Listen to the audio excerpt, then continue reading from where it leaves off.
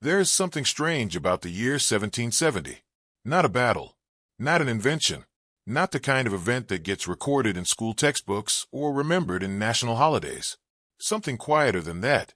Something that didn't happen in a single place or on a single day. It spread slowly, moving from city to city, village to village, across borders and through different languages and cultures. And by the time it was finished, it had touched almost every home in Europe. Most people today have never heard this story, and that in itself is worth noting. In that year, a number was painted on millions of doors. Just a number. A simple painted figure on wood or stone. It sounds like nothing. It sounds like the kind of administrative detail that historians record and everyone else ignores. But that number, and the system behind it, quietly changed something fundamental. It changed the relationship between ordinary people and the governments that ruled over them, and that change has never been reversed. It is still in place today, so deeply embedded in daily life that most people cannot imagine the world that existed before it. But here is where the story becomes unclear. This system was not introduced as a service to citizens. It was not presented as a way to make life easier or more convenient. The governments that ordered it never described it in those terms.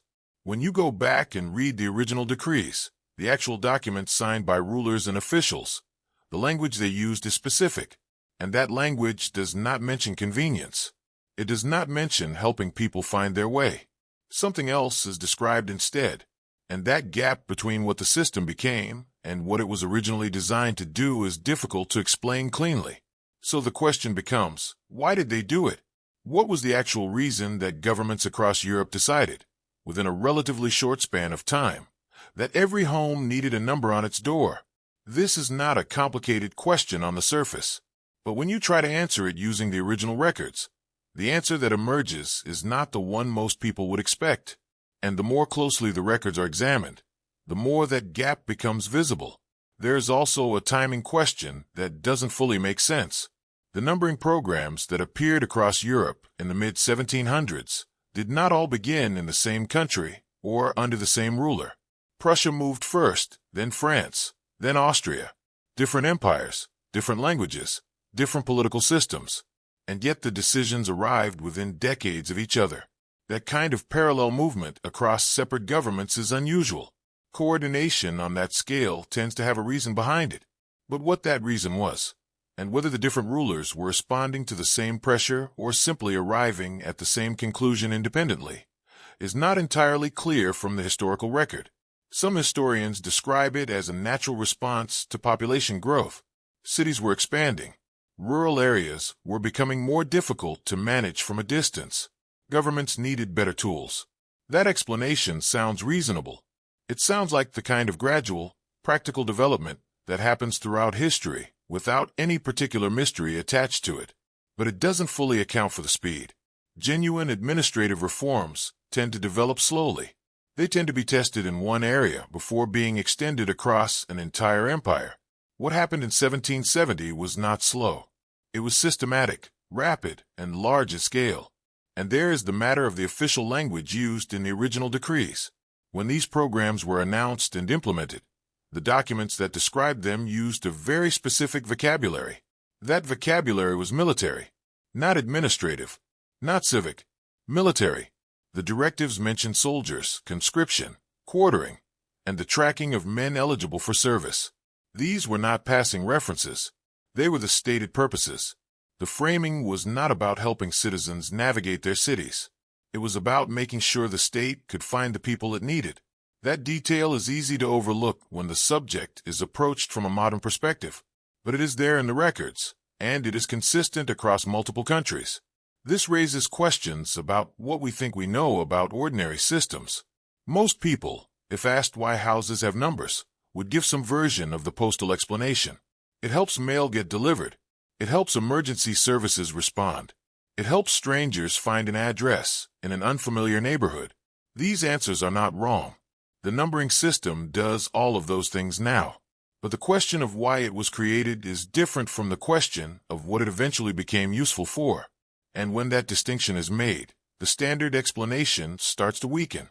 There is something worth considering about how systems are remembered. When a technology or a policy becomes normal enough, the original purpose tends to fade from memory. What remains is the everyday use, the practical function that most people encounter. The origins become a separate subject, studied by specialists and largely unknown to everyone else. This is not unusual. It happens with many things. But it raises a particular question when the original purpose was something that the people it was applied to actually resisted. When people fought against something and lost, and then their descendants forgot what was fought over, the silence that follows is worth examining. Because there was resistance, not passive resistance, not quiet disapproval, but active, physical resistance. In the regions where these programs were first implemented, people hid. They concealed family members. They covered the painted numbers with mud. They scraped them off walls. Officials sent to carry out the work were threatened and, in some cases, harmed. This was not the reaction of a population receiving a helpful public service. This was the reaction of people who understood what the numbers meant and who did not want to be counted. That response is documented.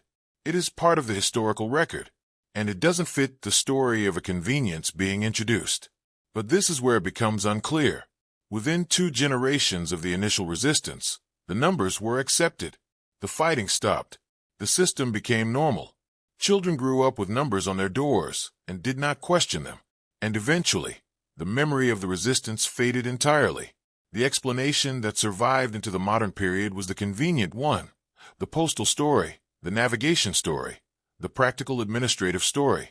The earlier explanation, the one written in the original decrees, retreated into archives and academic papers that most people never read. So what are we left with? A system that was introduced using military language, that was resisted by the people it was first applied to, that became invisible within a generation or two, and that is now so embedded in daily life that the original question, why does your house have a number, almost never gets asked. That pattern is not necessarily suspicious on its own. Many things that are normal today were controversial when first introduced. Change is often resisted before it is accepted. That is a reasonable observation. But the specific nature of the resistance here is worth holding on to. The people who scraped paint from their doors in the 1770s were not opposing change in the abstract. They were people who had watched what government lists could do. Many of them had seen previous rounds of military recruitment take young men from their communities. They understood, in a very concrete way, what it meant when an official arrived with paint in a form and a list of questions about the men living in a household. The number on the door was not abstract to them. It was connected to a specific set of consequences that they had already experienced. And this is where the explanation becomes difficult. If the resistance was that specific, that informed, and that widespread, then the people living through the transition had a clearer understanding of the system's purpose than the people who inherited it 2 or 3 generations later. The ones who knew what the numbers were for fought against them. The ones who didn't know accepted them without question. That transfer from knowledge to forgetting is one of the more unusual aspects of this story. At first, this seems like a minor historical detail, a footnote about a policy from the 18th century, something worth knowing perhaps, but not something that connects to anything in the present. But that connection is closer than it appears. The infrastructure built in 1770, the logic of assigning a fixed numerical identifier to every dwelling, so that the state can locate the people inside, is still the infrastructure in use today. The applications have changed. The purposes have expanded. But the underlying system, the one designed to make every household findable by a stranger with a ledger and a list, is the same system. It was not replaced. It was extended. Czech citizens today carry national identity cards that still reference the original 1770 conscription numbers alongside their modern addresses. That detail is not widely known. It is not something that comes up in everyday conversation, but it is documented. The number that Maria Theresa's officials painted on a village door in Bohemia over 250 years ago is still present in government records. It was never retired. The paint dried in the 18th century and has, in some administrative sense, never fully come off. What that means exactly is not simple to interpret. Some researchers see it as evidence of remarkable institutional continuity. Others see it as something more unsettling, a system that was imposed by force, resisted by the people it targeted, and then quietly normalized until it became invisible. Neither interpretation is entirely complete. The truth of it seems to sit somewhere in between, in a space where convenience and control are not easy to separate. And that is perhaps the most honest place to leave the question for now. Not with a conclusion, but with an observation. When something becomes so ordinary that we stop examining it, when it becomes part of the background of daily life rather than the foreground of conscious thought, that is usually when its history becomes hardest to see. The year 1770 is not well remembered. The resistance that accompanied the numbering programs is not widely taught.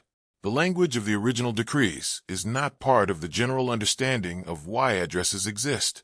All of that has receded. What remains is a number on a door that feels like it has always been there. It has not always been there.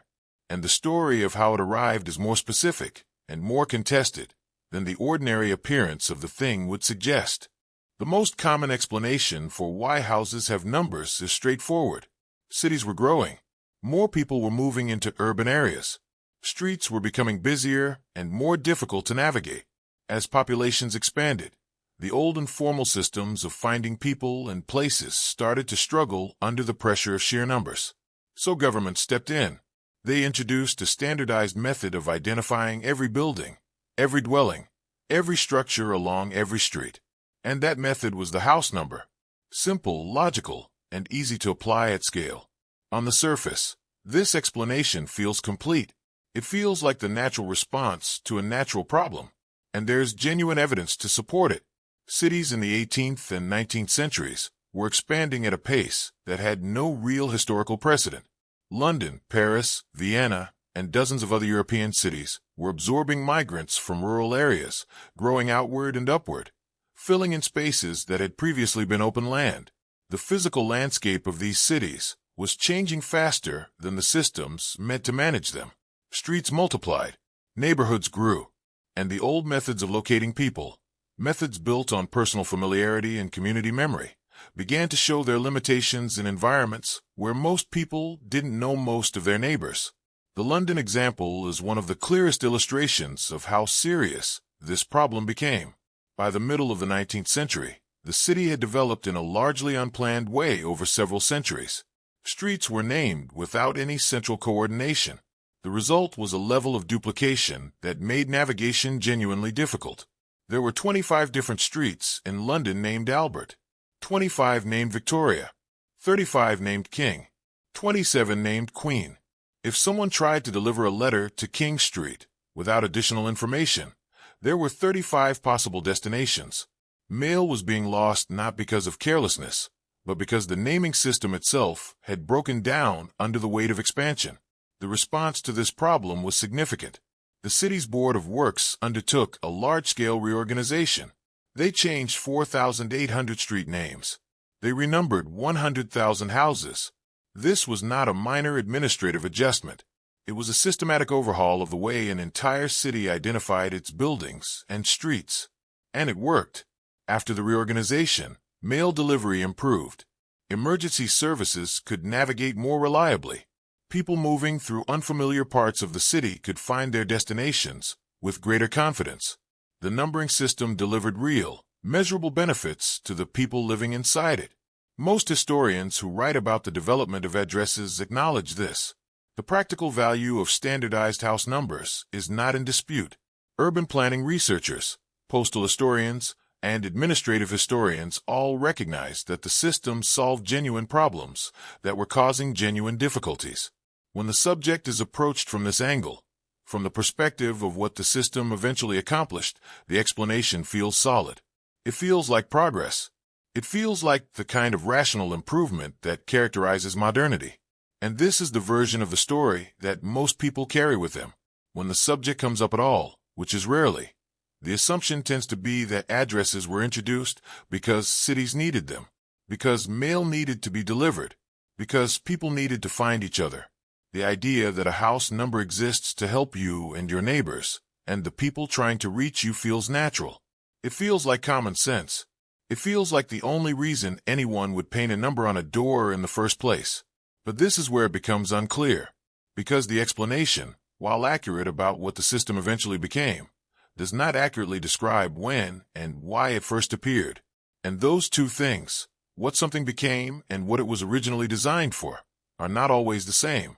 When the history of house numbering is examined not from its outcomes, but from its origins, a different picture begins to emerge, and that picture raises questions that the convenience explanation does not fully answer. The timeline is the first problem. If house numbers were introduced because cities needed better navigation and postal services needed standardized addresses, the historical sequence should reflect that. The need should come first. The postal infrastructure should exist or be developing. Cities should be reaching a level of complexity where the old and formal systems were visibly failing. And then, in response to all of that, the numbering programs should appear. That is the logical order of events if the explanation is correct. But that is not the order that the records show. The first large-scale house numbering programs in Europe appeared in the 1720s and 1730s. Organized, reliable postal systems in most of these same regions did not develop until decades later. In some cases, the gap was 50 years or more. The numbering arrived long before the postal infrastructure that supposedly required it. And that sequence is difficult to explain if the postal explanation is the correct one. You do not typically build a solution before the problem is fully formed. Prussia implemented its first house numbering program in 1737. The directive that described this program did not mention mail delivery. It did not mention navigation. It did not mention the needs of citizens trying to find each other in a growing city. The language of the directive described soldiers. It described which doors troops would knock on, which households would be required to house military personnel for the night. The numbering was introduced to manage the movement and quartering of soldiers, not to improve the experience of ordinary residents sending letters to their neighbors. France introduced numbering outside Paris in 1768. Paris itself was excluded from the program, and the reason given for that exclusion is telling. Paris had military barracks. The king's soldiers in the capital already had designated housing. They did not need to be billeted in civilian homes. But in the provinces, where soldiers lived among the general population during peacetime, the state needed a reliable way to track which homes were housing military personnel and how many men each household could accommodate. The numbers served that tracking purpose, not postal convenience, not civic navigation. At first, this seems like it might simply be a matter of mixed motivations. Perhaps the governments of the era introduced house numbers for military reasons, but also had postal improvement in mind. Perhaps both purposes existed simultaneously, and the military language in the official documents reflects only part of the reasoning. That is a possible interpretation.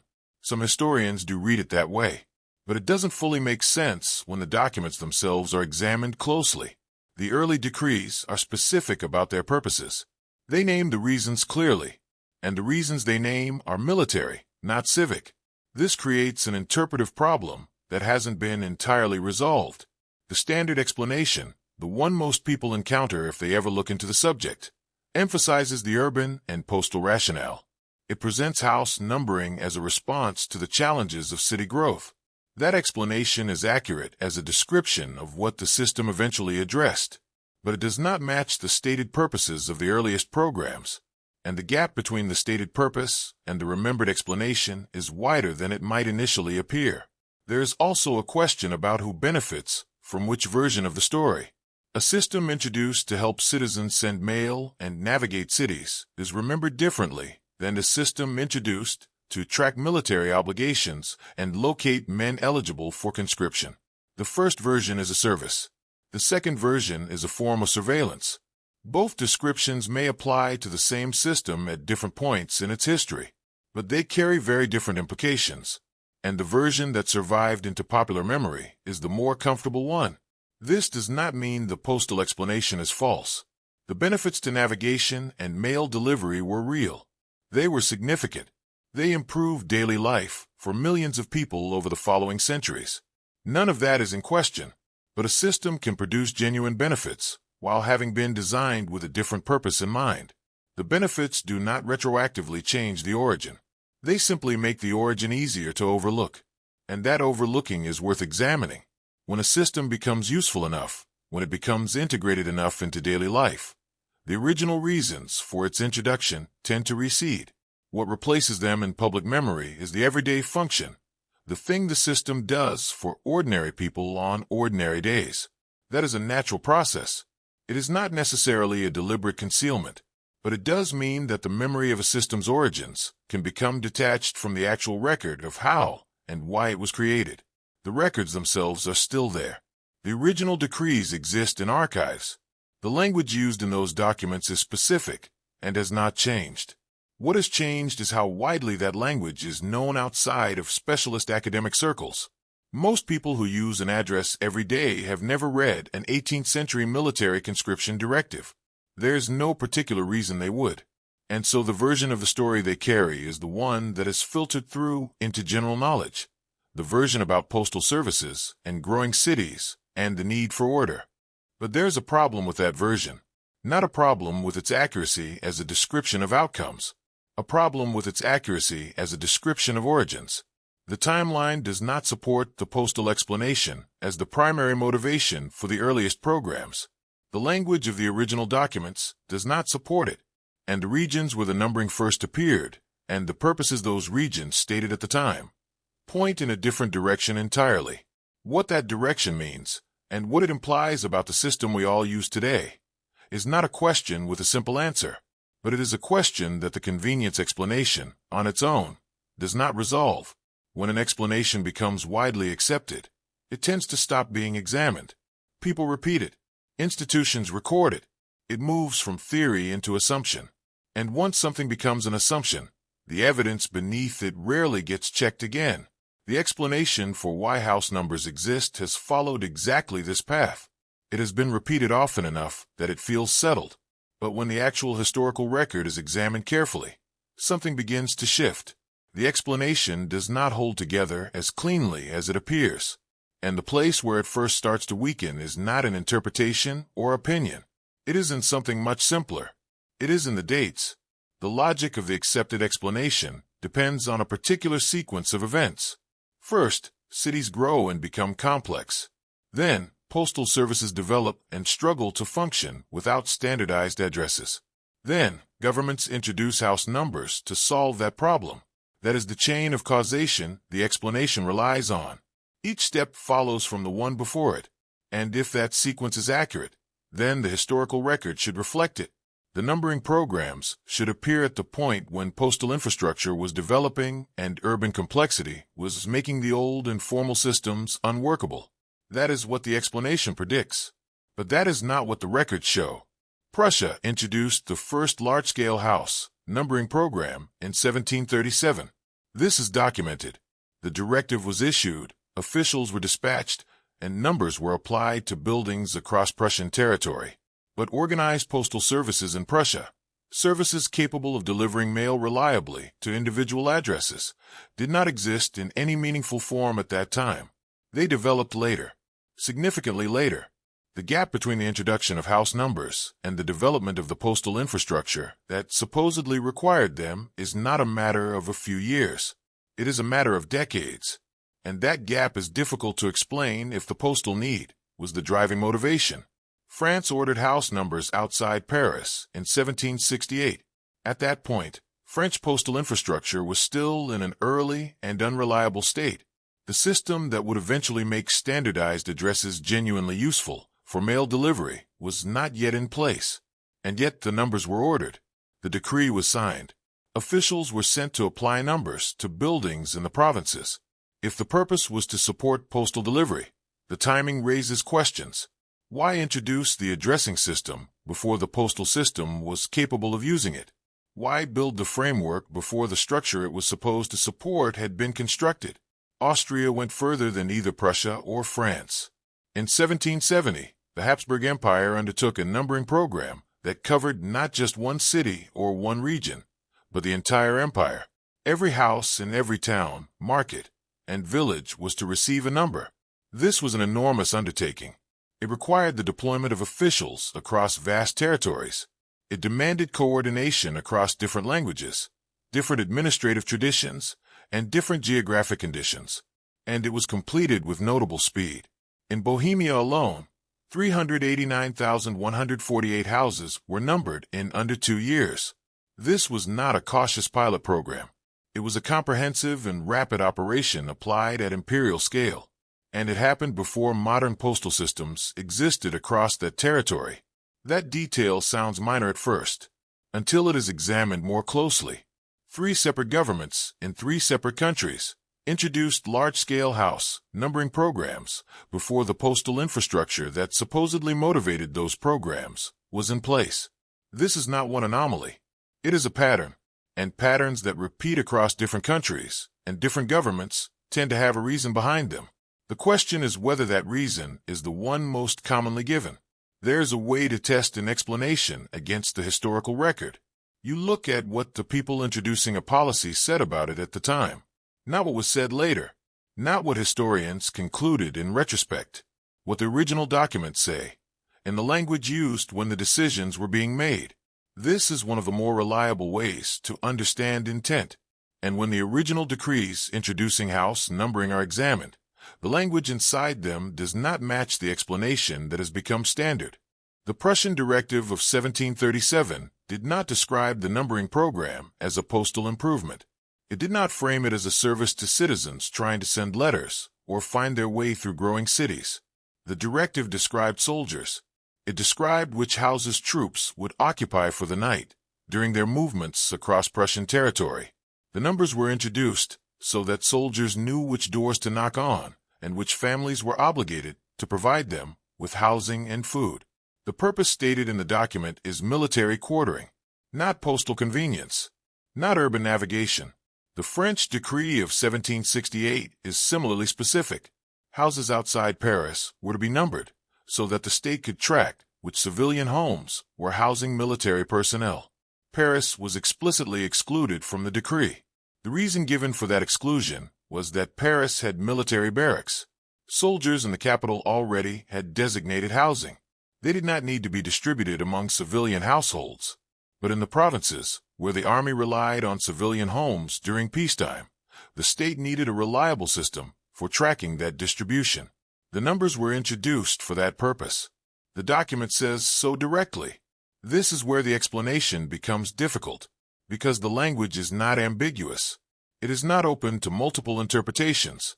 The directives describe military purposes in clear terms: quartering, conscription, tracking, military service obligations. These are the words used, and the absence of postal language, navigation language, or any reference to citizen convenience is not a small omission. It is a consistent pattern across multiple documents from multiple governments. When the same type of language appears in the same type of decree across different countries, it suggests that the governments involved understood the purpose in the same way, and the purpose they described was not postal. Some researchers acknowledge this, but argue that the military purpose and the postal purpose can both be true simultaneously. They suggest that governments may have had multiple motivations, and that the postal and navigational benefits were anticipated even if not stated in the original decrees. This is a reasonable argument on its face. Policies can serve more than one purpose, and it is possible that officials in Prussia or France or Austria recognized that house numbers would eventually prove useful for mail delivery, even if that was not the primary concern at the time of introduction. That interpretation cannot be ruled out entirely, but it doesn't fully make sense when the timeline is considered alongside the language. If postal improvement was a known and anticipated benefit, even a secondary one, you would expect some reference to it in the official documents. Governments typically document their intentions. When they introduce a policy for reasons they want their subjects to understand and accept, they state those reasons. The absence of any postal or navigational language in the earliest decrees, combined with the consistent presence of military language, suggests that the postal benefit was not anticipated or valued at the time. It appears to have emerged later, as a secondary effect of a system that was designed with a different purpose in mind. However, the timeline does not fully match the explanation in another important way. When researchers mapped the development of postal services against the development of house numbering, the two lines do not run parallel. In regions where postal services developed early and robustly, house numbering did not necessarily follow immediately. In regions where numbering was introduced rapidly and comprehensively, postal services were often still underdeveloped. The correlation that the standard explanation depends on is not cleanly visible in the data.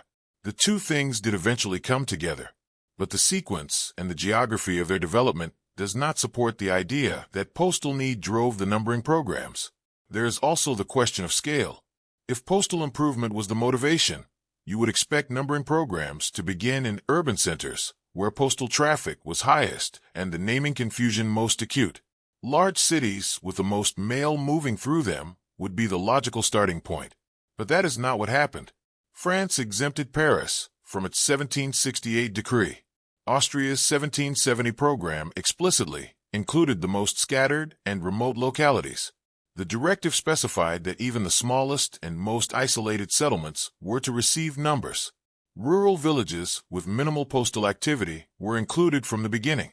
That prioritization is difficult to explain if postal convenience was the driving concern. And this is where the evidence begins to point consistently in one direction. The program started in rural areas and small settlements as much as in cities. The official documents described military purposes. The timing preceded postal development by decades. When these three observations are placed together, the standard explanation loses much of its force. It does not disappear entirely. The postal benefits were real, and they eventually became significant. But as an account of why the programs were introduced in the first place, the explanation does not hold up against the original record. What remains when the postal explanation is set aside is the language that was actually used. Military language. Specific, consistent, and present across multiple countries and multiple decades. Quartering. Conscription. Tracking men fit for service.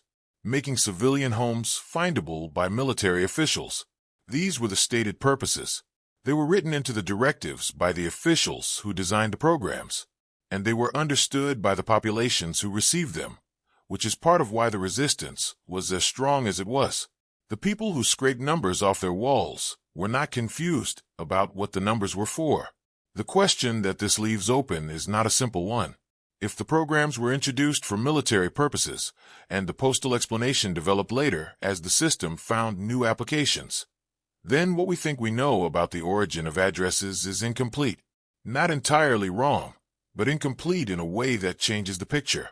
And incomplete explanations have a way of producing incomplete understandings. The number on a door looks different depending on which part of its history you are looking at. The part most people know is not the earliest part, and the earliest part is where the original intentions are recorded, in documents that have not changed, sitting in archives that have always been open to those willing to look. It is difficult to imagine a world without addresses. The idea that every building has a number, that every street has a name, that every person can be located by a fixed identifier. This feels like a basic feature of human civilization. It feels permanent. It feels like something that must have always existed in some form, but it has not always existed. For the vast majority of recorded human history, across empires and kingdoms and cities of enormous size and complexity, there were no house numbers, no standardized street names, no fixed identifiers that a stranger could use to locate a specific dwelling, and the world did not fall apart because of their absence. It functioned. In many ways, it functioned well. This is the part of the story that tends to surprise people when they first encounter it. Not the military origins of the numbering system, not the resistance that greeted its introduction, but the simple fact that the world managed without it for so long. Most people assume that addresses must be ancient, that any organized society would naturally develop some version of a standardized location system. But the assumption does not survive contact with the historical record. The absence of addresses was not an oversight. It was not a gap waiting to be filled. It reflected a completely different way of understanding where people lived and how they could be found. Before the numbering programs of the mid-1700s, most of Europe operated on a relational system. Location was not recorded on a wall or a government register. It was held in human memory. People knew where other people lived because they knew them.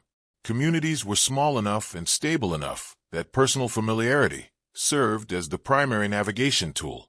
If you needed to find someone, you asked someone who knew them.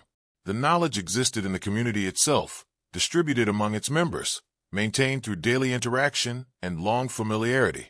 It was not written down anywhere. It did not need to be. There is a letter preserved in the British Postal Museum that illustrates how this system worked in practice. The address written on the envelope reads, approximately, My sister Jean, up the Canongate, down a close in Edinburgh. She has a wooden leg. That letter arrived. Someone at the post office read that description and knew exactly where Jean lived. They knew which close she lived down. They knew her by her wooden leg. They knew enough to deliver the letter without a street number or a standardized identifier of any kind. That was not a failure of the system. That was the system working exactly as it was designed to work. It relied on human knowledge rather than administrative records. And for centuries, that was enough. But this raises a question that is easy to overlook. If the system worked, if letters arrived and people were found and communities functioned without standardized addresses, what exactly was the problem it was solving? Every significant administrative change in history tends to be preceded by a genuine difficulty. A system that is working does not typically get replaced without a reason.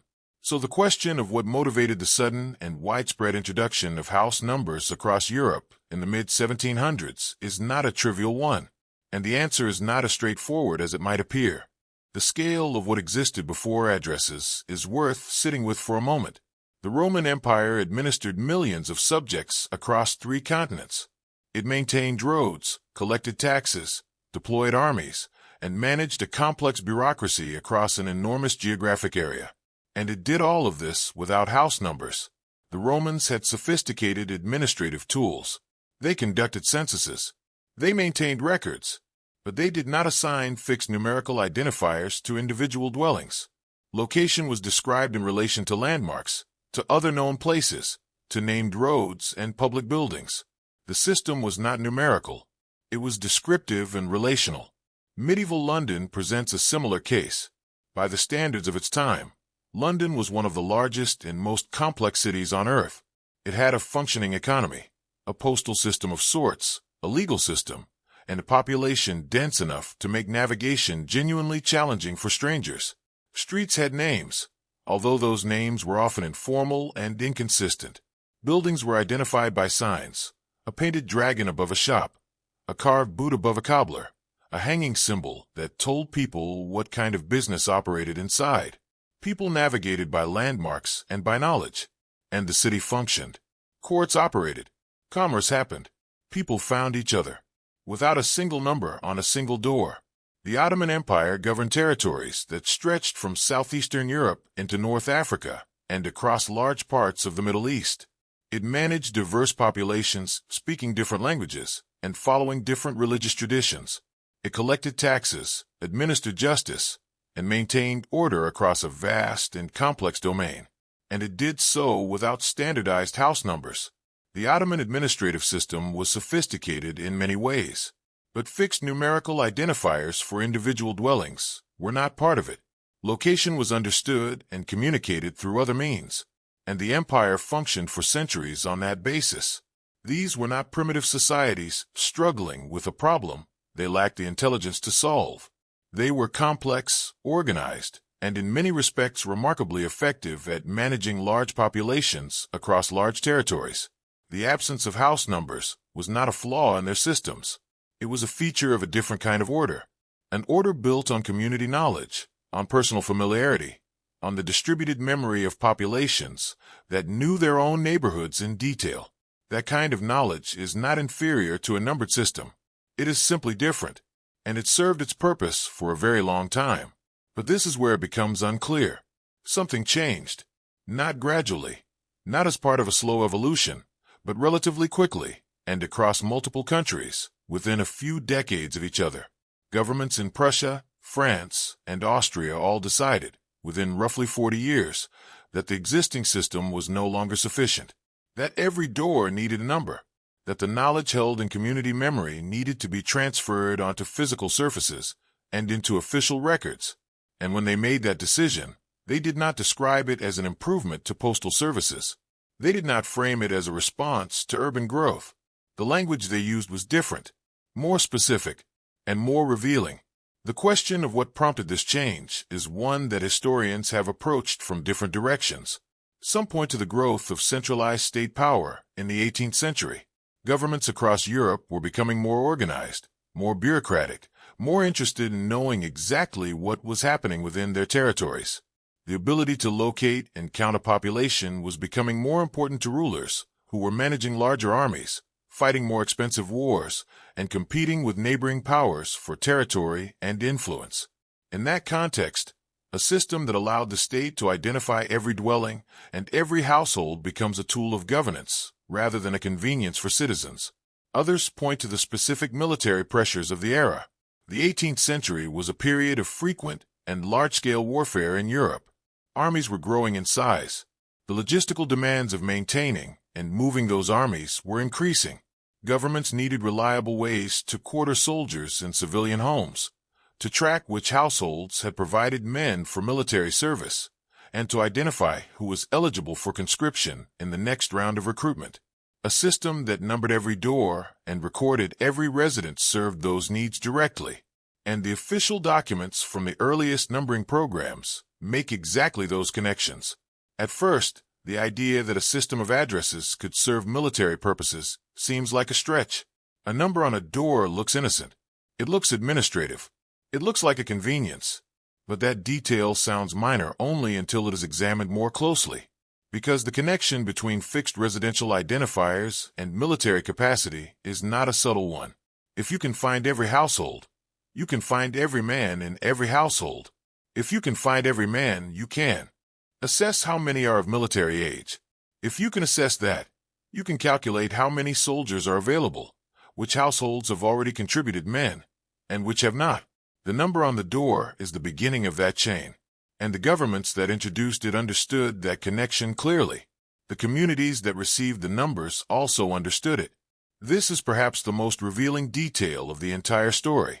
When officials arrived in villages across the Habsburg Empire in 1770 to paint numbers on doors and record the names of residents, they were not welcomed as bearers of useful administrative improvements. They were resisted, sometimes physically. The people in those communities knew what the numbers meant because they knew what had followed from previous government efforts to count and track them. They did not need to read the official decree to understand its implications. They had already experienced what a government list could produce, and they responded accordingly.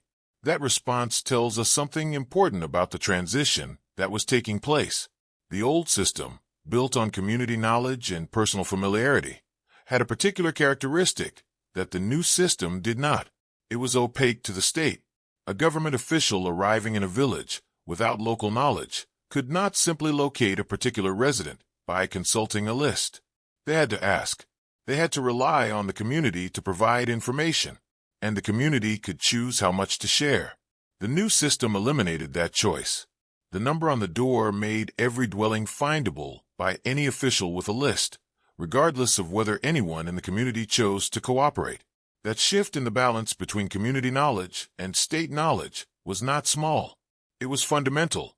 And yet, within 2 generations, the resistance had faded. The numbers became permanent, and the knowledge they had replaced, the detailed, personal, community-held understanding of who lived where and what their circumstances were, began to disappear, not because it was deliberately destroyed, simply because it was no longer needed. The new system made it redundant, and what is not needed tends not to be maintained. The priest who knew every family in his parish retired. The postman who knew every household on his route was replaced by a younger one who relied on the numbers instead of his memory. Generation by generation, the relational knowledge that had navigated communities for centuries was quietly abandoned, and what replaced it was a number on a wall that told any stranger with a list exactly where to find you. The question of what prompted this change, of what made governments across Europe decide within a few decades of each other that the old system was insufficient, has an answer. It is recorded in the official documents. It is written in the directives and decrees that introduced the programs. But it is not the answer that most people have encountered, and the distance between the recorded answer and the remembered one is itself part of the story. There is a particular kind of historical evidence that is difficult to argue with. Not interpretation, not analysis, not the conclusions drawn by researchers working centuries after the fact. The most direct form of evidence is the original document itself, the actual decree, the actual directive, the words written by the people who made the decision, at the time they made it, describing in their own language what they intended and why. When that kind of evidence exists, it carries a weight that secondary explanations cannot easily override. And for the earliest house numbering programs in Europe, that kind of evidence does exist. The documents have survived. They are held in archives. And what they say is specific. The records do not begin with Prussia in 1737. They begin earlier. In 1727, authorities in Prague ordered that numbers be painted on houses in the Jewish quarter of the city. This is one of the earliest documented instances of house numbering in Europe. And the reason given in the official record is not postal convenience. It is not urban navigation. The stated purpose was tracking which households had already provided men for military service. The Jewish community in Prague was subject to specific obligations, and the numbers were introduced as a tool for monitoring the fulfillment of those obligations. The connection between the number on the door and the military obligation of the household inside it was direct, explicit, and recorded from the very beginning. That detail sounds minor at first. A single city, a single community, a relatively limited program. It might be tempting to treat it as an isolated case that does not reflect broader patterns, but it does not stand alone. It is the first point in a sequence, and the sequence that follows it tells a consistent story. 10 years later, in 1737, Prussia issued a directive that extended the same basic logic across a much larger territory. Officials were ordered to fix numbers on houses the day before troops marched through. The timing was specific, the day before, not weeks in advance as part of a long-term administrative project. The day before soldiers arrived, the numbers were needed immediately because soldiers needed to know which doors to knock on, which households were obligated to provide them with a bed and a meal, which families owed the army a night's shelter. This is where the explanation becomes difficult to read as anything other than what it plainly states. The Prussian directive was not ambiguous. It was not administrative language that could be interpreted in multiple ways.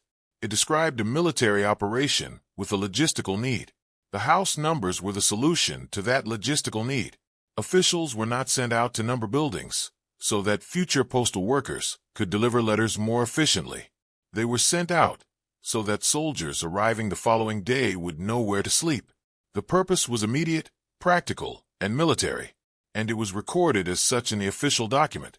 France followed with its own program in 1768. The decree ordered that houses outside Paris be numbered, and the reason given in that decree was again specific. The numbers were needed to track soldiers living in civilian homes. In France at that time, it was common practice during peacetime for soldiers to be billeted with civilian families rather than housed in dedicated military facilities. This arrangement was practical for the army, but difficult to manage administratively. The state needed to know which civilian homes were housing soldiers, how many men each home was accommodating, and how the burden of quartering was being distributed across the population. The house number made that tracking possible. Paris itself was excluded from a 1768 decree. That exclusion is worth examining closely because it reveals the logic of the program with particular clarity. The reason Paris was exempt was that the capital had military barracks. Soldiers in Paris were housed in dedicated military facilities. They were not distributed among the civilian population, so the state did not need to track civilian homes in Paris for the purpose of soldier quartering. The system was not needed there. But in the provinces, where the army relied on civilian households, the system was needed. And so the provinces received the numbers, and Paris did not. The geography of the program followed the geography of the military need, not the geography of postal complexity or urban growth. These three programs, Prague in 1727, Prussia in 1737, France in 1768, are not interpretations of the historical record. They are what the historical record says. The documents that describe these programs have been examined by historians. They are not disputed as sources. What is sometimes disputed is what weight to give them, how to balance them against the later, more familiar narrative of postal improvement and urban convenience. But the documents themselves are clear, and clarity in primary sources is not something that should be easily set aside. But this is where it becomes unclear. If the purpose of the earliest house numbering programs was so plainly documented, If the original decrees described military purposes in specific and unambiguous terms, why does the modern understanding of addresses emphasize postal services and navigation? Why does almost every general account of the history of house numbers lead with the urban growth explanation rather than the military one? Something shifted between the moment when these programs were introduced and the way they are remembered today, and it is not entirely clear when that shift happened or what caused it. One possibility is that the shift happened gradually, as the system found new applications. Once house numbers existed, they became useful for many purposes beyond the ones that originally motivated them. Postal services improved. Navigation became easier. Tax collection became more precise. Emergency response became more reliable. Over time, these secondary applications became so prominent in daily experience that they came to define the system in public understanding. The original purpose receded because it was no longer the most visible function. What people experienced every day was the postal benefit, the navigational convenience. What they did not experience every day was the military conscription that had motivated the system's creation. Another possibility is that the shift was at least partly deliberate. A system introduced openly as a tool for military conscription and soldier quartering would face a different kind of public reception than one presented as an administrative convenience. Populations that understood the connection between house numbers and military service tended to resist the programs, sometimes strongly. The resistance that accompanied the Habsburg conscription program of 1770 was not mild. It included concealment, vandalism, and in some cases violence. If governments recognized that the true purpose of the numbering programs generated resistance, while the administrative benefits generated acceptance, there was a practical incentive to emphasize one framing over the other. This is not a conspiracy theory. It is a straightforward observation about how institutions manage public perception. Some believe the shift was simply a natural result of changing circumstances. The military pressures that originally motivated the programs eventually eased in some regions. The systems themselves became embedded in administrative infrastructure that served many purposes, and new generations of officials, working with systems that had been in place for decades, may have understood them primarily through their current functions rather than their original ones. The institutional memory of why the system was introduced could fade even within government, leaving the practical benefits as the primary explanation available to those who came later. Others disagree.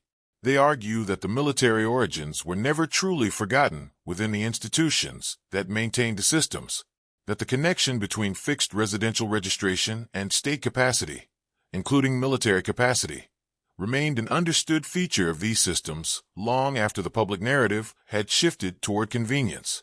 This interpretation is harder to document precisely because it concerns what institutions knew internally rather than what they said publicly. But it raises a question that does not have an easy answer.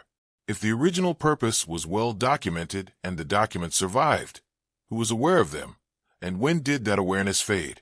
However, the timeline does not fully match either explanation on its own. The postal explanation emphasizes a gradual development driven by growing urban complexity. But the military explanation fits the earliest programs precisely and completely. The postal benefits came later. The military purpose came first, and the first is documented in the primary sources, while the second, though real, developed as a secondary effect of a system already in place. The question of which explanation captures the essential truth of the system depends on whether you measure a system by its origins or by its outcomes. And that is not a question with an obvious answer. What makes this inconsistency difficult to resolve is that both things are true in different ways. The postal benefits are real. The urban navigational improvements are real. The convenience that billions of people experience today from having a standardized address is real and significant. None of that is in dispute, but the origin of the system is also documented. The military language is in the decrees. The stated purposes are recorded, and the gap between those stated purposes and the explanation that became standard is not a small discrepancy. It is a fundamental difference in the story of what addresses are and where they came from. There is something worth considering about what it means when the official explanation for a system differs significantly from the documented origin of that system. It does not automatically mean that something was hidden or manipulated. Origins and outcomes diverge all the time in history, but it does mean that the common understanding is incomplete. And an incomplete understanding of something as basic and pervasive as a residential address, something that now determines your tax rate, your voting precinct, your insurance premium, your access to services, is worth examining more carefully. The records from Prague in 1727, from Prussia in 1737, from France in 1768 are not obscure or inaccessible documents. They are part of the historical record.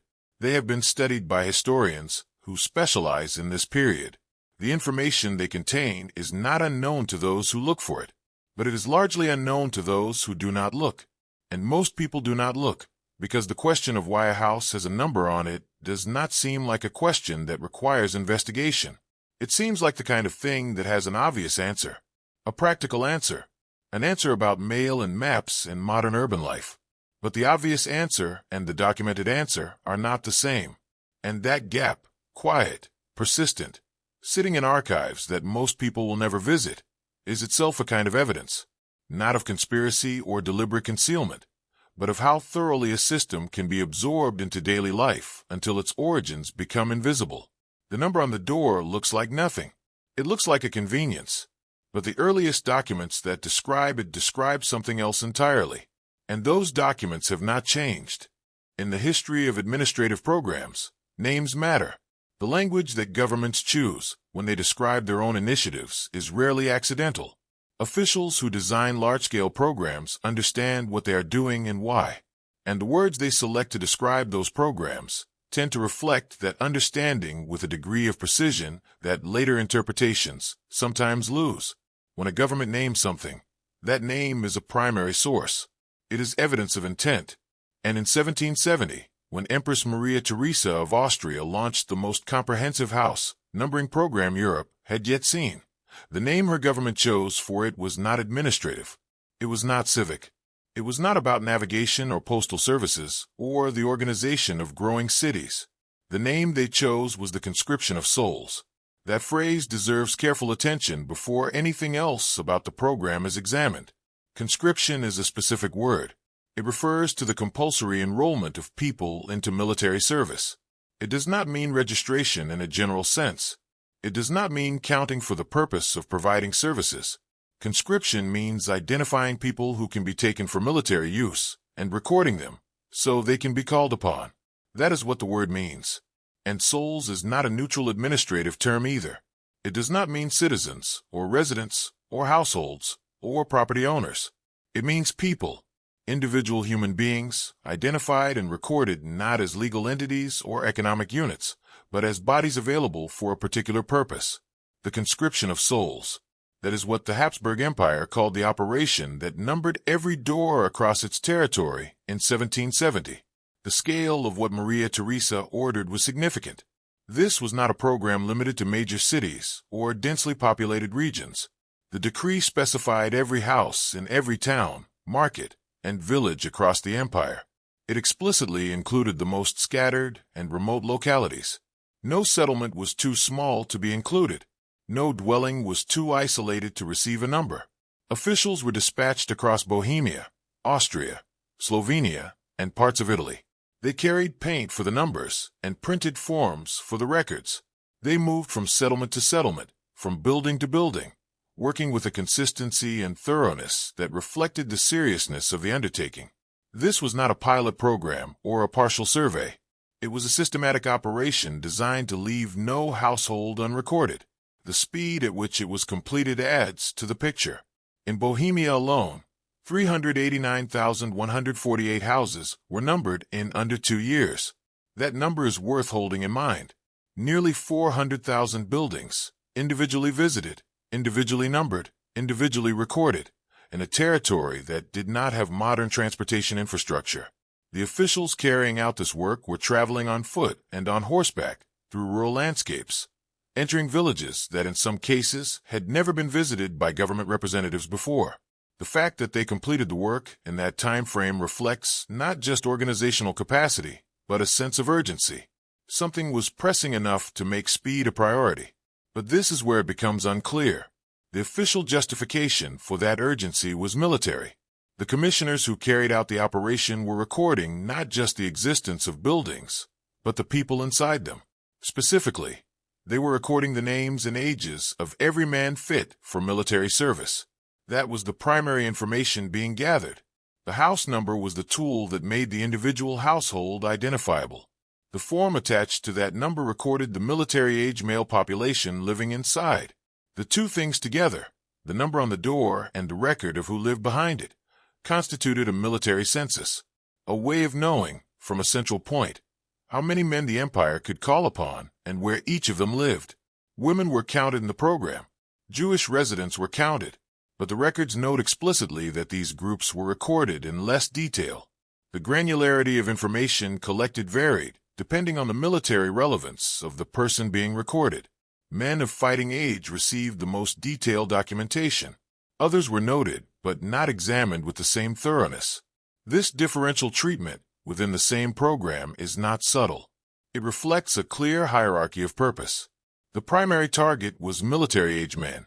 Everything else was secondary to that objective. And the name of the program, the conscription of souls, describes that objective without ambiguity. At first, it seems like a straightforward historical footnote. An 18th century empress conducting a military census. Governments of that era were frequently at war, frequently in need of soldiers, and frequently looking for more systematic ways to manage their military resources. The Habsburg Empire in particular had experienced significant military challenges in the preceding decades. Wars with Prussia had been costly. The demand for soldiers had been persistent. A program designed to identify and record every military-age male across the empire would have served an obvious strategic purpose. In that context, the conscription of souls looks like a rational response to a specific set of pressures. But the detail that does not fit the navigation explanation is the one that follows from all of this. Because this program, this conscription operation, this military census conducted in the name of identifying men for service, is the direct ancestor of the address system that exists across Europe today. The infrastructure that was built to count souls for military purposes became the infrastructure that routes mail, guides emergency services, anchors property records, and organizes urban space. The system did not start as a convenience and later acquire military applications. It started as a military operation and later acquired civilian applications. That sequence is the reverse of what the standard explanation implies, and the reversal matters. This raises questions about how we understand the systems we use every day. Most people interact with their address as a neutral identifier, a way of telling others where they live, a way of receiving mail, a way of being found by services they have requested. The address feels like a feature of the built environment, as natural and uncontroversial as the street itself. But the infrastructure behind that address was not designed with those interactions in mind. It was designed to make every dwelling findable by agents of a state that needed to know how many men were available for war. The convenience came later. The military capacity came first. Some believe that this historical sequence is simply an interesting footnote that has no real bearing on how addresses function today. The purposes have changed, they argue. The systems have evolved. What something was designed for 2.5 centuries ago does not determine what it means now. That is a reasonable position. Systems do change. They do acquire new purposes over time. And the fact that house numbers were introduced for military reasons does not mean that receiving a birthday card at your address is somehow a militaristic act. The distance between origin and current use is real and significant. Others disagree. Not with the observation that purposes change, but with the conclusion that origins are therefore irrelevant. They point out that the infrastructure built for one purpose carries the logic of that purpose within its design. A system built to make every household findable by the state is still a system that makes every household findable by the state, regardless of what that capacity is currently being used for. The design feature that served conscription in 1770 is the same design feature that enables tax assessment, voter registration, benefits administration, and surveillance today. The application has changed. The underlying capability has not, and that capability was built deliberately, for deliberate reasons. However, the timeline does not fully match a simple story of transformation from military tool to civilian convenience. The two purposes did not neatly replace each other. They accumulated. As the numbering system became embedded in administrative infrastructure, new uses were added without the old ones being removed. The military capacity remained. The tax assessment capacity developed alongside it. The postal capacity followed. The emergency services capacity came later still. Each new application was layered onto existing infrastructure rather than replacing the previous purpose. What this means is that the system today carries all of those purposes simultaneously. And the oldest purpose, the military one, is simply the least visible because it is the least frequently encountered in everyday life. The name conscription of souls does not appear in how people think about their addresses today. It has not survived into popular awareness, but the documents in which that name appears have survived. The records of what the commissioners did in Bohemia and Austria and Slovenia in 1770 and 1771 are held in archives. The forms they filled out, the numbers they painted, the names they recorded, some of that material still exists, and in a detail that carries a particular weight. Czech citizens today carry national identity cards that still reference the original 1770 conscription numbers alongside their modern addresses. The numbers painted on village doors in the Habsburg Empire over 250 years ago were not retired when new systems were introduced. They were incorporated. The conscription numbering became the address numbering. The continuity was unbroken. That continuity is not widely known. It does not come up in ordinary conversation. It is not part of the general public understanding of what an address is or where it came from, but it is documented. It can be verified, and it raises a question that is genuinely difficult to answer cleanly. If the numbers painted during a military conscription operation are still present in government documents today, what exactly is the relationship between that original purpose and the current system? Is it purely historical? A connection that exists in the records, but has no practical meaning in the present? Or does the continuity of the numbers themselves suggest a continuity of something more than just administrative convenience? These questions do not have simple answers, and the fact that they do not have simple answers is itself worth noting. The system that most people encounter as a neutral feature of daily life has a documented history that is neither neutral nor simple. It was named after a military process. It was designed to identify men for service. It was implemented by officials who moved from village to village recording names alongside numbers. And the numbers they recorded in some cases are still in use. That does not make the system sinister. It does not mean that your address is a threat or that receiving mail at home is somehow connected to historical military conscription in any meaningful present-day sense. But it does raise questions about what we think we know about ordinary things. The more ordinary something feels, the less likely we are to examine it. The less we examine it, the more completely its history disappears from awareness. And the history of the conscription of souls is a history that has largely disappeared from the awareness of the people living inside the system it created. The name was specific. The purpose was explicit. The records have survived. What has not survived, in any general sense, is the public knowledge of what those records say. And the gap between what the documents describe and what most people assume is wider than the number on any door would suggest. When people resist something, the nature of that resistance tends to reveal what they understand about it. Mild inconveniences produce complaints. Unfair policies produce organized protests. But physical resistance, concealment, and violence tend to appear when people believe that what is being imposed on them carries serious consequences for their lives or the lives of their families. The scale and character of resistance tells you something about how the people experiencing a policy understood its meaning. And when the house numbering programs of the 18th century are examined through this lens, the resistance that accompanied them becomes one of the most revealing parts of the entire story. The resistance was not limited to one country or one community. It appeared across different regions, different cultures, and different administrative contexts. In Hungary, in Bohemia, in rural Austria, in villages across the Habsburg Empire, people responded to the arrival of numbering officials with a consistency that is difficult to explain if the programs were understood as simple administrative improvements. The responses varied in their form. Some were violent, some were subtle, some involved concealment, some involved direct confrontation, But the underlying character of all of them was the same. People were not confused about what the numbers meant. They were actively trying to prevent the state from obtaining information they understood to be dangerous to their households. In Hungary, the resistance reached a level that resulted in the death of at least one official sent to carry out the census. That is a significant detail. Census officials are not typically the targets of lethal violence. They carry forms and paint. They ask questions and record answers. In the ordinary understanding of administrative work, they represent inconvenience at most. The fact that a population in Hungary responded to their arrival with lethal force suggests that the arrival of these officials was not understood as an inconvenience.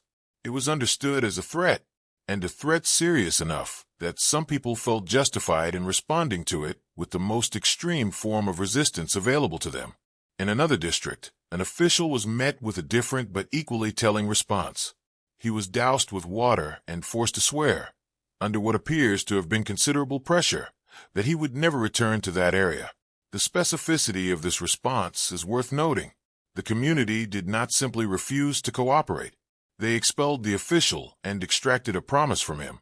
They wanted not just to stop the immediate recording, but to prevent any future attempt. That level of determination, applied to what the standard explanation describes as a routine administrative procedure, requires an explanation. People do not go to these lengths over paperwork. They go to these lengths when they believe the paperwork will produce consequences they cannot afford. Across Bohemia, the pattern shifted to concealment. Families hid in cellars and barns when the officials arrived. Children were moved to neighboring households. Men of military age were the most frequently concealed, but in some cases entire families disappeared from view when officials entered a village. The logistics of this concealment were not simple. It required coordination within communities. It required people to trust each other enough to hide together and to maintain that concealment under official questioning. The fact that communities organized themselves to this degree, and that the concealment was widespread enough to be documented across multiple regions, suggests that the understanding of what the officials were recording was shared and clear. People were not individually making isolated decisions to hide. They were collectively deciding that being recorded was something to be avoided at significant personal risk. The physical treatment of the numbers themselves tells a parallel story. In one town, residents waited for the commissioners to finish their work. They allowed the numbers to be painted. They watched the officials record their work and move on. And then, once the paint had dried, they covered the numbers with mud. In another settlement, residents went further. They scraped the painted numbers off the walls entirely. These were not spontaneous acts of frustration. They were deliberate choices made after the officials had left. The residents knew the numbers would eventually be noticed as missing or obscured. They knew there might be consequences, and they did it anyway. The act of removing or concealing the number was understood as meaningful in itself, not just as a protest, but as a practical step toward making their households less visible to the state. But this is where it becomes unclear. If the programs were genuinely administrative, if the numbers were introduced for the public benefit of better navigation and improved postal services, why did the populations receiving them respond with this level of organized resistance? The standard explanation for house numbering does not predict this outcome.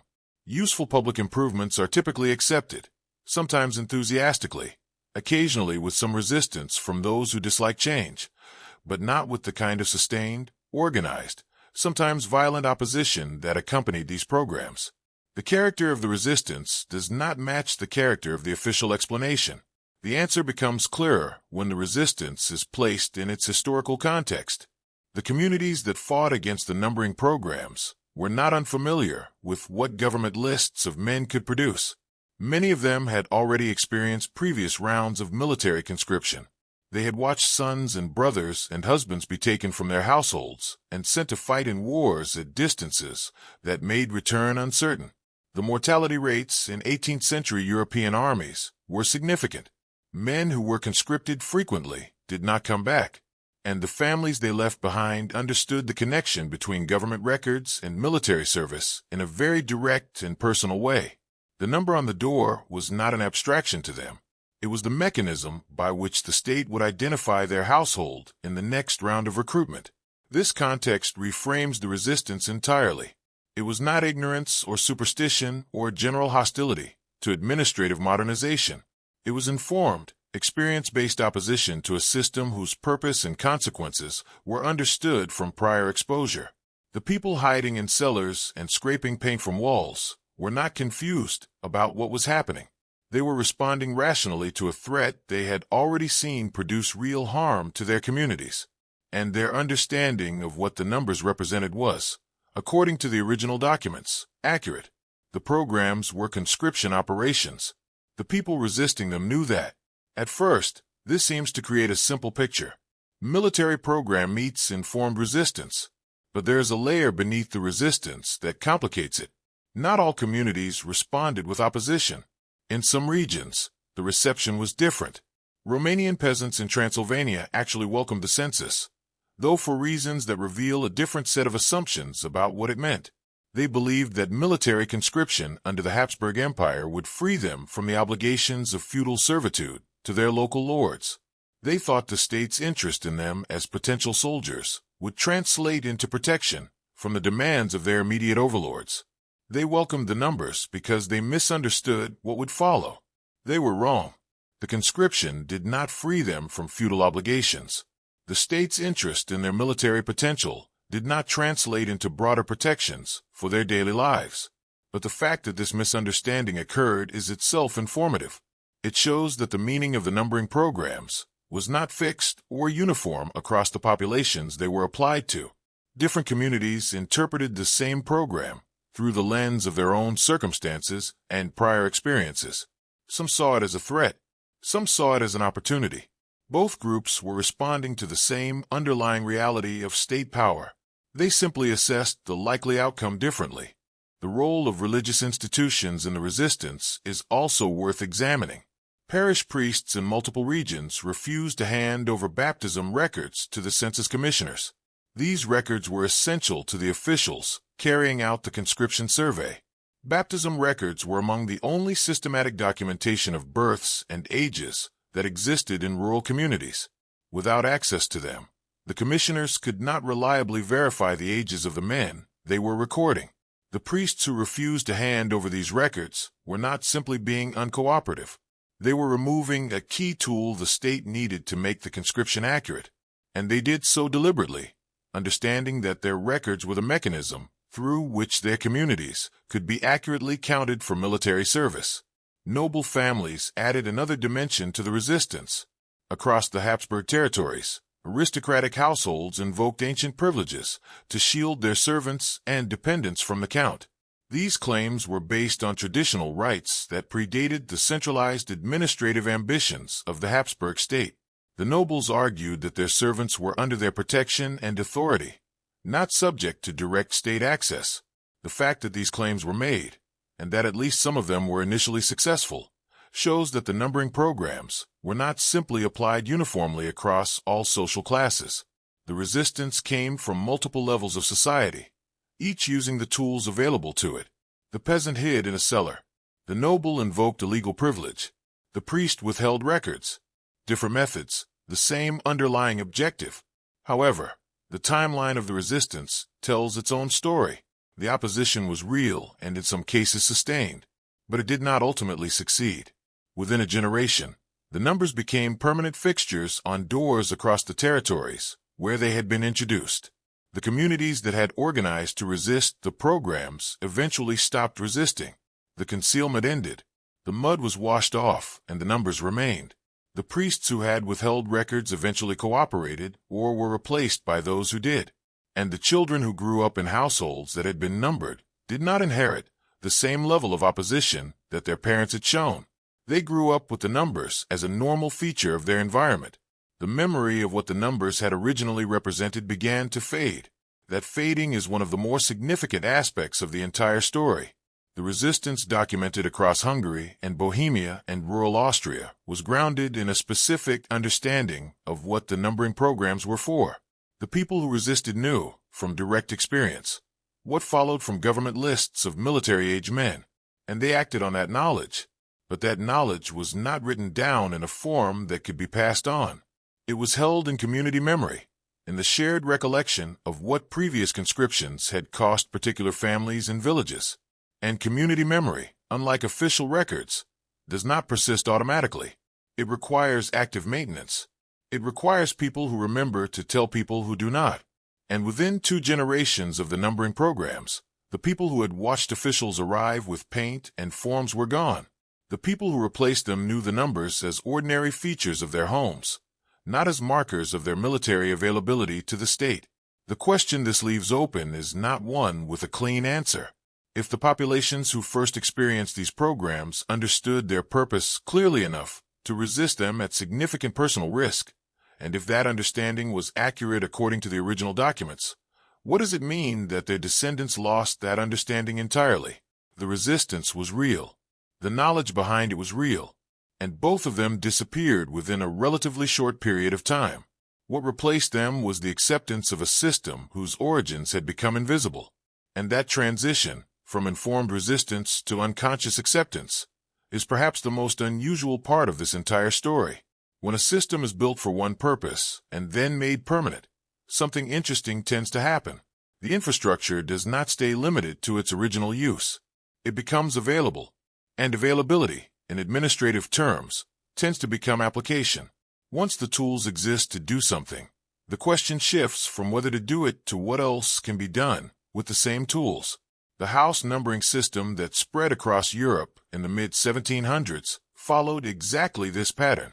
It was introduced for military purposes. It was maintained through military logic. But once it was in place, once every dwelling in a territory had a fixed identifier attached to it, and every resident had been recorded in relation to that identifier, the infrastructure was available for uses that went well beyond the original purpose. And those uses accumulated over time, quietly and without any single moment of decision, until the system became something far larger than what it started as. The first extension was tax collection. This was not a dramatic shift. It was a natural next step for governments that already had officials moving through populations and recording information about households. Once you know where every household is and who lives in it, you can assess what each household owes. You can track whether payments have been made. You can follow up with specific addresses when obligations are not met. The precision of tax collection improves significantly when every taxpayer is attached to a fixed, recorded location. Before the numbering systems existed, tax collection relied heavily on community intermediaries, local officials, parish priests, village elders, people who knew their communities personally and could identify who owed what. The numbering system reduced the dependence on that personal knowledge. The state could now locate taxpayers directly, without needing a local intermediary to guide them. Property ownership became easier to track for similar reasons. When every building has a fixed identifier, disputes about ownership become easier to resolve. Records of sale and transfer can be attached to specific numbers rather than to descriptions that might be interpreted differently by different people. The legal clarity that comes from a standardized identifier for every property is significant. Courts and administrative bodies can reference a number rather than a description. The ambiguity that characterized property records before standardized addressing, descriptions based on proximity to landmarks that might themselves change over time, was reduced. And with that reduction came a shift in how property was understood. It became more precisely bounded, more clearly recorded, and more easily transferred through formal channels that the state could monitor and tax. But this is where it becomes unclear, because the expansion of the system's uses was not neutral in its effects. Each new application added another layer of state knowledge about individual households and individual people. Tax records attached to addresses meant that the state knew not just where you lived, but what your financial obligations were and whether you were meeting them. Property records attached to addresses meant that the state knew what you owned and what it was worth. And as these records accumulated, the picture the state held of each household became more detailed, more comprehensive. The address became a thread that could connect different kinds of information about the same person, held in different offices, maintained by different departments, but all anchored to the same fixed identifier. The process by which this happened was gradual. It did not occur through a single decision or a single decree. Different applications were added at different times, by different institutions, for different stated purposes. The postal system found the numbering infrastructure useful and began to rely on it. Municipal authorities used it for urban planning. Religious institutions integrated it into their own record-keeping. And over the course of a century, the address shifted from being a military tool to being a general-purpose identifier that touched almost every aspect of the relationship between a person and the institutions that governed their life. Today, the applications of a residential address are so numerous and so deeply embedded in daily experience that listing them can feel routine. Your address determines your tax rate, not just the amount you owe, but the specific rates applied to your income and your property, which vary by jurisdiction and are tied directly to your recorded location. It determines your voting precinct. The district you are assigned to for electoral purposes is a function of where you live, and where you live is defined by your address. It determines which school your children are eligible to attend. In most educational systems, school assignment is based on residential address within defined catchment areas. The number on your door shapes the educational opportunities available to your family in ways that compound over time. Insurance premiums are calculated in part based on address. The risk profile attached to your location, flood risk, crime rates, fire response times, proximity to certain infrastructure, feeds into the calculations that determine what you pay for coverage. Property values are defined by address in ways that affect not just what you can sell your home for, but what credit you can access, what loans you qualify for, and what financial options are available to you. Emergency response times are influenced by address. The routing of ambulances and fire services depends on the same standardized addressing infrastructure that was built to house soldiers and count conscripts.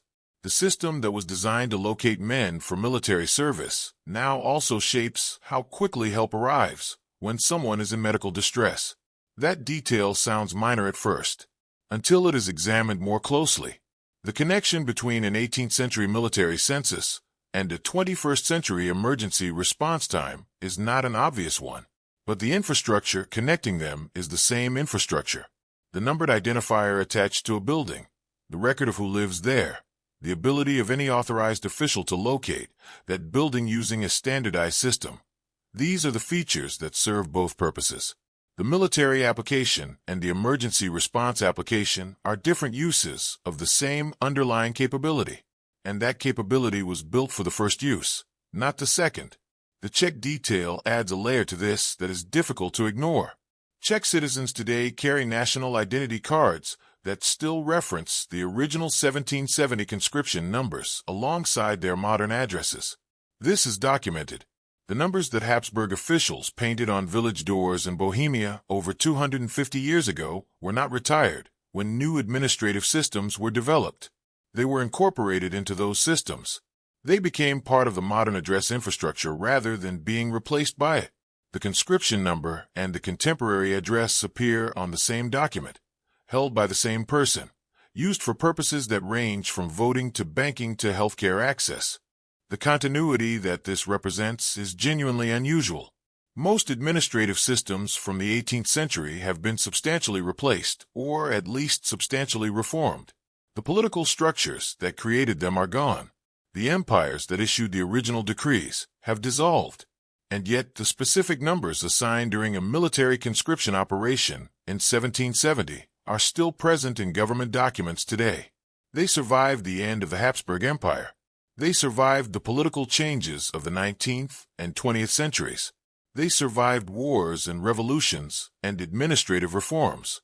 The numbers painted during the conscription of souls proved more durable than almost everything else about the system that created them. This raises a question that does not have a clean answer. At what point did the purpose of this system actually change? The applications changed continuously and substantially. The military conscription purpose became less central over time. The civilian applications, postal, navigational, administrative, commercial, became more prominent. From the perspective of daily experience, the system transformed from a military tool into a convenience. But the underlying capability, the ability to locate any individual by their fixed residential identifier, did not change. It was present in 1770 when Maria Theresa's officials went door to door recording military-age men. It is present today when a credit agency checks an address or an electoral authority assigns a voter to a precinct. The application is different. The capability is the same. Some believe that this continuity of capability is not significant. They argue that a tool is defined by how it is used, not by how it was originally designed. A system that now primarily serves civilian purposes is a civilian system, regardless of its military origins. The intentions behind the current applications are different from the intentions behind the original program. And intentions, they argue, are what matter. The fact that the same infrastructure serves both purposes does not mean that the civilian purposes are contaminated by the military origins. That is a reasonable position. It is held by many historians who have studied this subject. Others disagree, and their disagreement is grounded in a different way of thinking about infrastructure. They argue that the design of a system reflects its purpose, and that a system designed to make every household locatable by the state carries that design feature regardless of what the state's current intentions are. The capability for comprehensive residential tracking was built deliberately, for deliberate reasons, and that capability remains available to be used for those original reasons, or for new reasons, whenever circumstances change. The history of the 20th century in particular provides examples of residential registration systems being used for purposes that the populations registered under them would not have anticipated or accepted when the systems were introduced. That history does not make the address system sinister in its current applications, but it does make the question of what such a system enables and under what circumstances those capabilities might be exercised a legitimate one. However, the most significant aspect of this expansion may be the one that is least visible precisely because it is most pervasive. The address has become so deeply integrated into the relationship between individuals and institutions that it is now difficult to participate in modern life without one. Banking, healthcare, employment, voting, education, insurance, property ownership. All of these require a fixed residential address as a basic condition of participation. People without addresses face significant barriers to accessing services and exercising rights that most people take for granted. The system that was once a tool imposed on reluctant populations has become a prerequisite for inclusion in the systems that define modern social and economic life. That transformation is complete enough that the original imposition is no longer visible. The address does not feel like something that was done to people. It feels like something people have. And this is where the explanation becomes difficult, because the shift from imposition to assumption happened without any formal decision. There was no moment at which governments announced that addresses would henceforth be required for full social participation. The requirement developed incrementally, institution by institution, application by application, over a period of centuries. By the time the requirement was comprehensive enough to be significant, it was also old enough to feel natural. The people living under the system had grown up with it. Their parents had grown up with it. The memory of a world without standardized addresses, and the memory of what it meant when those addresses were first introduced, had long since faded. What remains is a system whose origins are documented, whose expansion is traceable, and whose current scope is enormous. The number painted on a door in a Bohemian village in 1770 as part of a military conscription operation is connected, through an unbroken chain of administrative development, to the address that defines your tax rate, your school district, your insurance premium, and your credit profile today. The applications have multiplied. The underlying logic has not changed. And the question of whether that matters, of whether the origin of a system has any bearing on how we should understand its current role in our lives, is one that the history of addresses does not answer. It only makes the question harder to avoid. When historians examine the same set of documents and reach different conclusions, that disagreement is not a failure of the historical process. It is part of it. Different researchers bring different frameworks, different questions, and different priorities to the same material, and the conclusions they reach reflect those differences as much as they reflect the documents themselves. This is normal in historical scholarship, but there are cases where the disagreement between interpretations is wide enough and persistent enough to suggest that the subject itself contains something genuinely unresolved, something that the available evidence does not fully settle. The history of house numbering is one of those cases. The documents exist. The records are accessible. And yet the researchers who have studied them most carefully do not agree on what they mean. That disagreement is worth examining on its own terms. The most common interpretation, the one that appears most frequently in general histories and popular accounts, frames the development of house numbering as a natural part of modernization. According to this view, governments in the 18th century were managing populations that were growing in size and complexity. The old and formal systems of locating people and tracking households were becoming inadequate under that pressure. Something more systematic was needed, and the military applications that appear so prominently in the earliest programs were not evidence of a hidden purpose. They were simply the most urgent administrative problem of the era. Armies were the largest and most complex organizations that 18th century governments managed. Of course, the first systematic applications of new administrative tools would appear in that context. The postal and navigational benefits came later because those needs developed later. The sequence reflects priority, not concealment. This interpretation has genuine strengths. It does not require any unusual assumptions about government behavior. It fits the general pattern of how administrative innovations tend to develop, starting with the most pressing needs and expanding outward as the infrastructure proves useful for other purposes. It acknowledges the military origins without treating them as suspicious, and it explains the eventual civilian benefits in a way that feels coherent and proportionate. Many historians find this framework convincing. It is not an unreasonable reading of the available evidence, but this is where it becomes unclear, because the modernization interpretation relies on an assumption that the original documents do not fully support. It assumes that the military applications were simply the most convenient starting point for a system that was always intended to serve broader purposes. But the language of those original documents does not describe broader purposes. It describes specific military needs with a specificity that suggests those needs were the primary concern, not a convenient entry point for a more general administrative project. The directives about soldier quartering and conscription tracking are not framed as pilot programs for a larger civilian system. They are framed as solutions to particular military problems. The broader applications came later, but there is limited evidence that they were anticipated at the time of introduction. Others see something more deliberate in the pattern.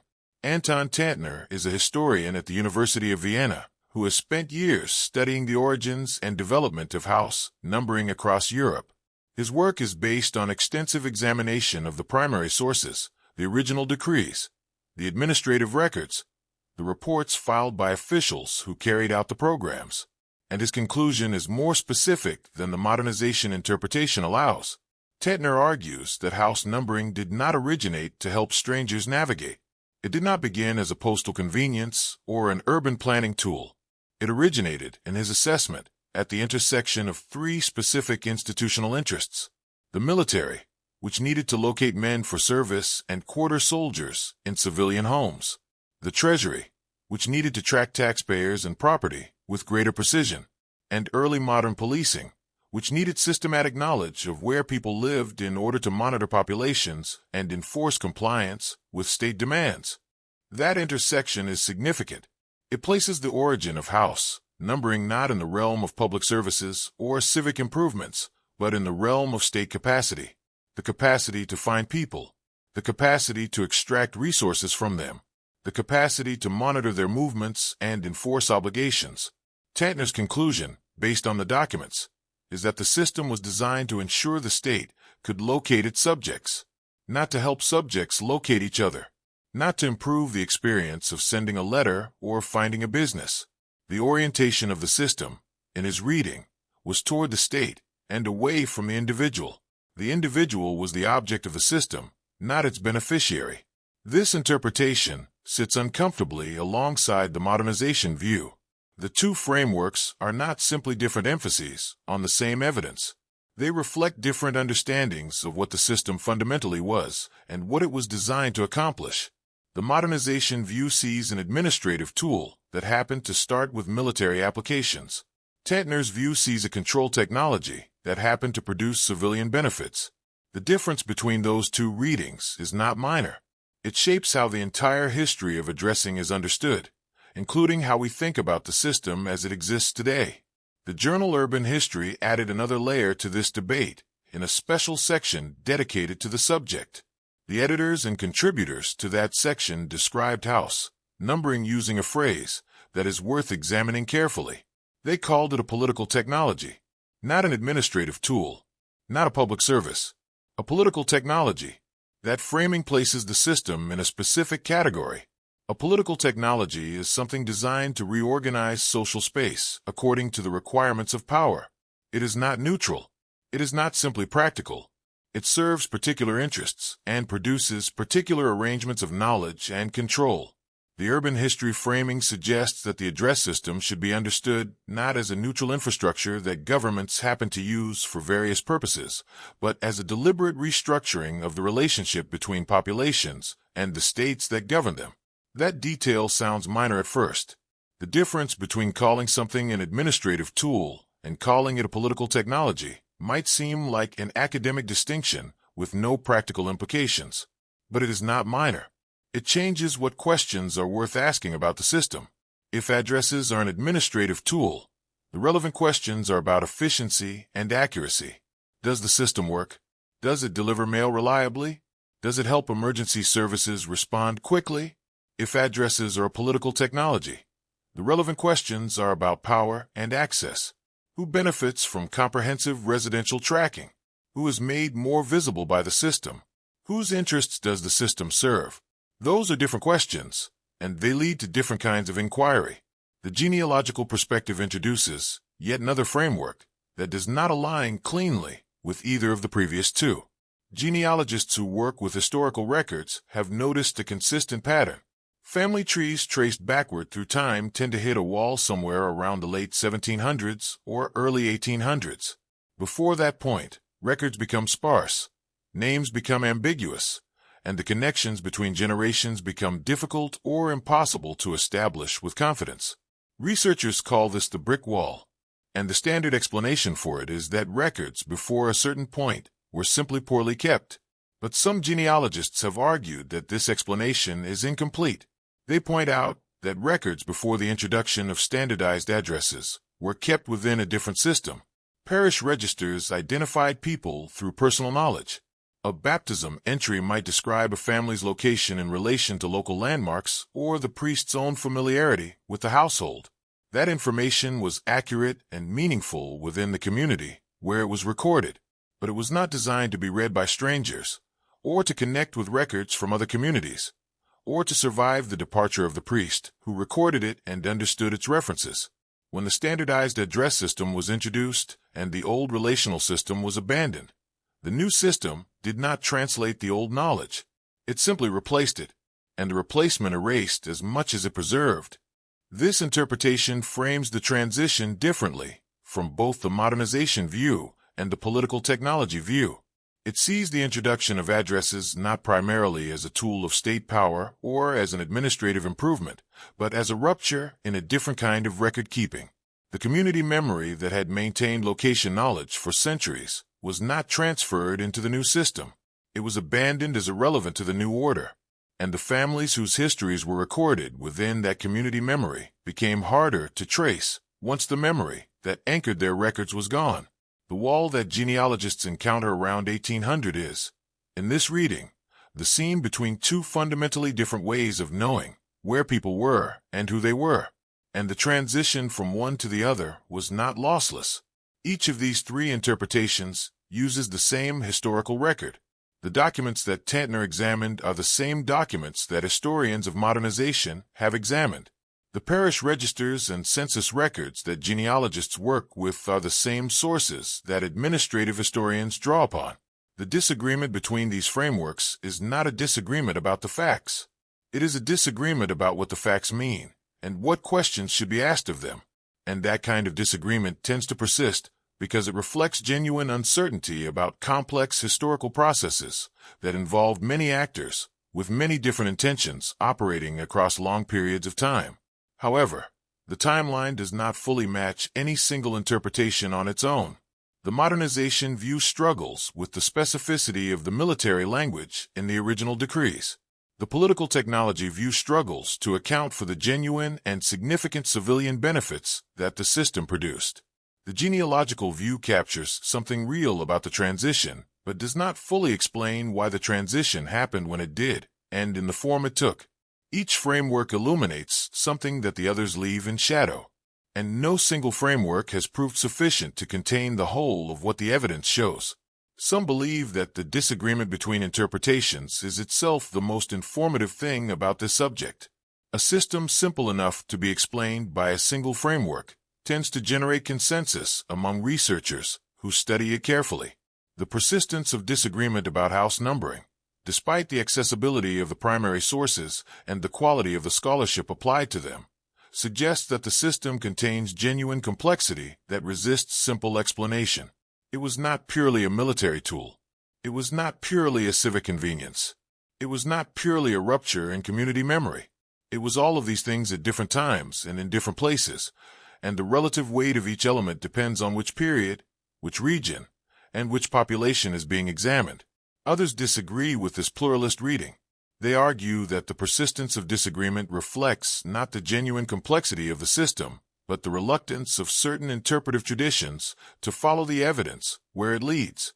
If the original documents consistently describe military purposes, and if the resistance of affected populations consistently reflected an understanding of those military purposes, then the modernization interpretation requires explaining away evidence that points in a different direction. That is not impossible, but it does require justification that the interpretation does not always provide.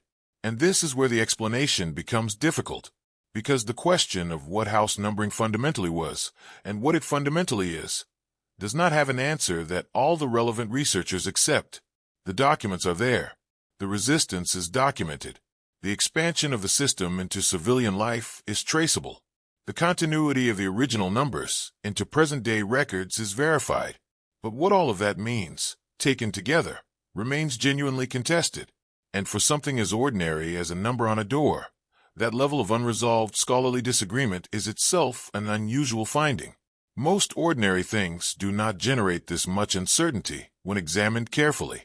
The fact that this one does suggests that the ordinary appearance of the address conceals something that is not yet fully understood. There is a particular point in any investigation where the evidence has been laid out, the interpretations have been examined, and the disagreements between different frameworks have been noted. That point is not a conclusion. It is a position, a place from which the full shape of what has been uncovered can be seen more clearly than it could at the beginning. And standing at that position, looking back over the history of house numbering, what becomes visible is not a simple story. It is a layered one, with documented origins, a complicated middle, and a present condition that most people inhabit without any awareness of the history beneath it. The basic facts of that history are not in dispute.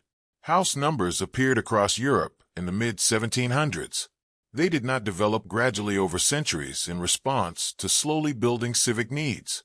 They appeared in a concentrated period, introduced by multiple governments within roughly 4 decades of each other.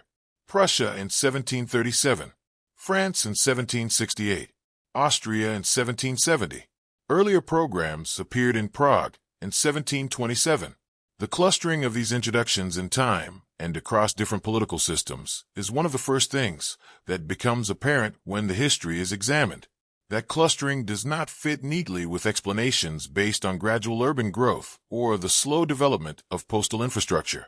It suggests something more specific, driving the decisions across multiple governments in a relatively short period. The official records from those programs describe what that something was. The language in the original decrees is military. It describes conscription, the identification and recording of men eligible for military service. It describes quartering, the placement of soldiers in civilian homes, and the need to track which households were providing that accommodation. It describes tracking, the systematic recording of military obligations and their fulfillment across large territories. This language is consistent across the programs introduced in different countries.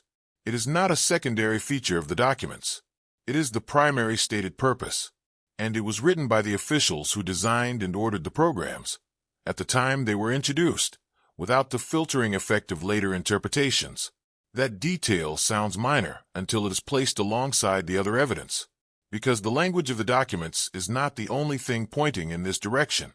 The populations who received the numbering programs also pointed in this direction, through the nature of their resistance. In Hungary, officials were met with violence. In Bohemia, families hid in cellars and barns. In villages across the Habsburg Empire, residents smeared numbers with mud and scraped paint from walls. Noble families invoked ancient privileges. Parish priests withheld records. The resistance was consistent, widespread, and in some cases organized enough to suggest that communities were coordinating their response rather than reacting individually. And the character of that resistance is informative. People do not organize to physically remove numbers from their walls because they object to administrative paperwork. They do not hide military-age men in cellars because they dislike government record-keeping in the abstract. The resistance had a specific shape because the people resisting had a specific understanding of what was being done to them. Many of these communities had already experienced previous rounds of military conscription. They had already watched sons leave for wars from which they did not return. The arrival of officials with paint and forms was not an unfamiliar signal. It was a recognizable one, and the recognition produced the resistance that the historical record documents. But this is where it becomes unclear, because the resistance, as real and as documented as it was, did not succeed. Within 2 generations of the initial programs, the numbering systems had become permanent. The paint that residents scraped from their walls was repainted and stayed. The numbers that were covered with mud reappeared and remained. The officials who were expelled returned, or were replaced by others who came back in their place. And gradually, the organized opposition faded, not because the communities came to understand the numbers differently, but because the generation that had understood them was replaced by a generation that had grown up with them. Children who were born into numbered houses did not inherit the same relationship to those numbers that their parents had fought to resist. They inherited the numbers themselves as features of the environment they had always known. This transition from active resistance to passive acceptance is one of the most significant moments in the entire history. It is the moment at which the system became invisible. Before that transition, the numbers were contested.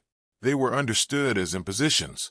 They were connected, in the living memory of the communities that received them, to specific consequences that those communities had experienced and feared.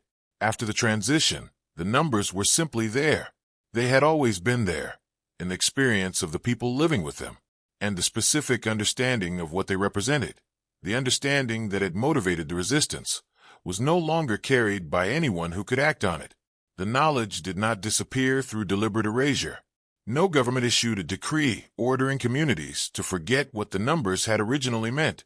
The forgetting happened through a process much more ordinary and much harder to prevent. The people who knew died.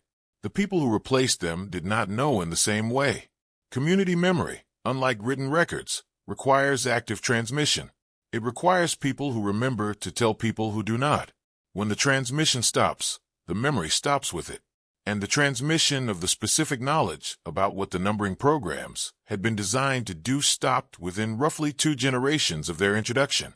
After that, the numbers were simply part of the landscape. What replaced the community knowledge was a different kind of explanation, one that emphasized the benefits the system had produced rather than the purposes it had been designed for. Postal services had improved.